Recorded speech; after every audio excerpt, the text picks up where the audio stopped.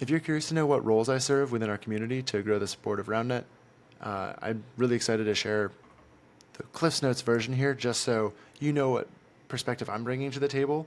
I think this transparency makes it easier for me to feel comfortable digging deeper on Roundnet topics, knowing where I'm coming from. Hopefully that makes it easier to then engage and discuss more things in the future. So I'm just going to run through these real quick, little short version, and in the future, maybe I'll have time to dig a little deeper.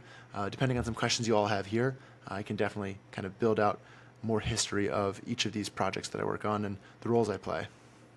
I work on the board of directors for USA Roundnet, and it's a fully volunteer position. Pretty much how nonprofits work is board of director members are serving in that capacity. It's not like you're a business owner making the money. All the money and resources from US Roundnet go into the various initiatives to grow and unify the sport in the US. There are so many things to do, and it takes so much work to get it done. So I'm really happy to be working with a lot of capable people on some of those initiatives. Next up, East Roundnet.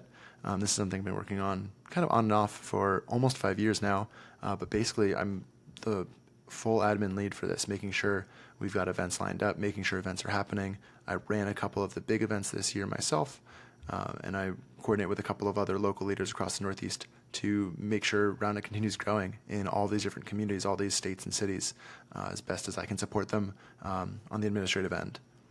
A little closer to home is Greater Washington Roundnet, and don't have an official title, but I lead a lot of the local community initiatives to grow the sport through more playing, training players up.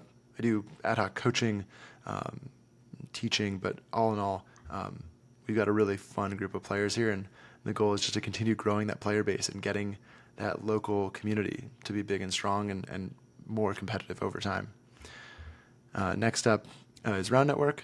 This one is something I co-founded with my friend Albert Tong almost a year ago now, and really it's just about showing that the sport can really have excellent content and storytelling, and in so doing that also try to get the sport to be more accessible to people who maybe want to watch really good stories that happen to be about Roundnet, and that can be another way to get more people into the sport through media. So very excited about that. Some more miscellaneous things I do include, well, this video is pretty random, as well as Twitch streams, and I've also done ad hoc training online and trying to just coach players through Instagram messaging and through Ko-fi support, trying to just coach up folks who want to train better, train smarter to get to the next level, whether they're beginner to intermediate or advanced to premier. Do a little bit of that.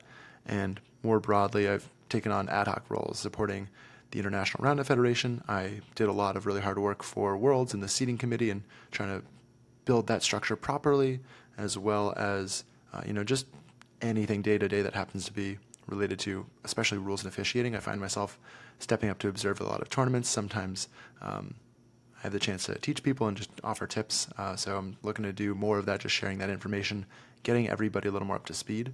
And so that's a couple more miscellaneous things, but honestly, I could probably go on and on for the miscellaneous bucket. One seldom thought of piece of my Roundnet contributions is my role as a player.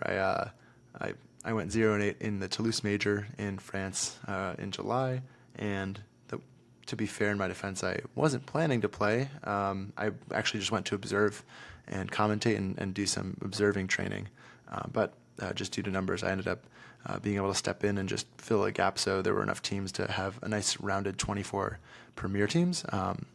So hopefully you'll be able to hear a little bit more about me playing. Fingers crossed. I'm going to publish this so that you guys can hold me to it. But yeah, in the past, I was playing really competitively. To give you some idea, I had to beat like a top 15 power rank team just to qualify for the Premier Division. So that's how old I am in Roundnet. Nowadays, you could be like middle of the Premier Pack and not even sniff the power rankings. So yeah, it's a very different game from when I first played competitively, but I still love playing Roundnet too. But I just know that this work is important to build the sport collectively.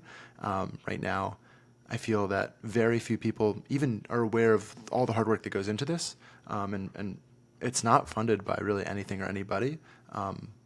Of course, there are some initiatives that have funding behind them for growing the sport, but by and large, when it comes to community building, it has to be a collective approach.